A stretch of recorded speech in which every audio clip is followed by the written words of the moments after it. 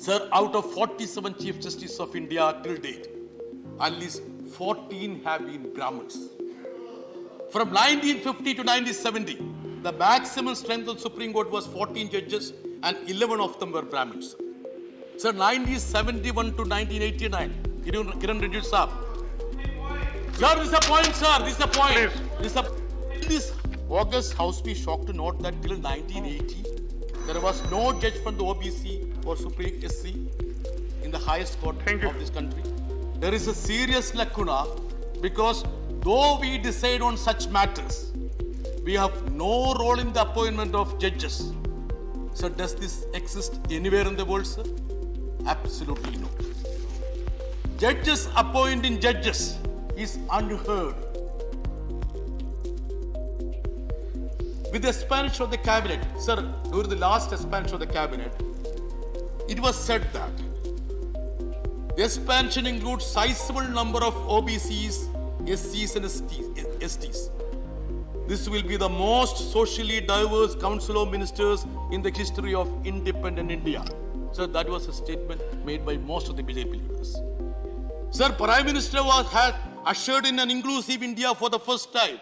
All the BJP spokespersons were vocal on that. I don't want to comment about that. Does it mean that when it comes to judiciary, we shouldn't want such a diverse representation?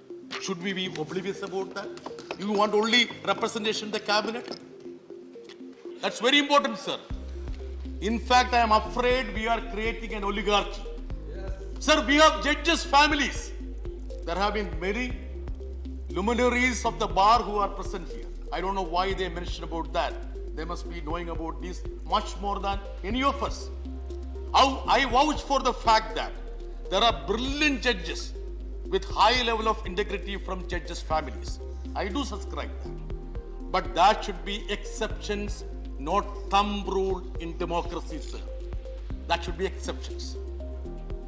Sir, let me read out a profile of a judge which I happen to see in a High Court website. Please allow me to do so. Mr. Justice so-and-so, I won't mention his name, born on so-and-so date, belongs to a family associated with judges. His maternal great-grandfather, a Chief Justice of India, maternal grandfather was a former acting Chief Justice. One of his maternal uncle, former Judge of Supreme Court. His maternal uncle, Honorable Justice, sitting. It's going on, sir. It's like a long list. Very long. Sir, we all talk about dynasty, sir. The BJP members have been very harsh when they talk about dynasty in Congress party, sir. At least they have passed the test of winning the confidence of the people. Sir, this is a clear case of dynasty. Clear cut of dynasty. Why are we keeping mum on this, sir? No age criteria for becoming a judge. Some are rejected for want of age. Some are appointed overnight, sir. Sir, I am sure the key framer of the Constitution and first law minister, Dr. B.R. Ambedkar, will be turning in his grave, seeing how judicial appointments are made and how the independence of judiciary is tampered with. He must be turning in his grave, sir. It is true that Ambedkar was not in favor of prohibiting judges of the Supreme Court or High Court in taking up an office of profit after retirement. I agree. When this issue came up in the Constituent Assembly debates, he said he will not prevent a judge from taking up a post after retirement. If he had, but I would say in hindsight, if at all he was alive today, he would have absolutely taken a position because he had never visualized a system of post-retirement, I would say, appeasement.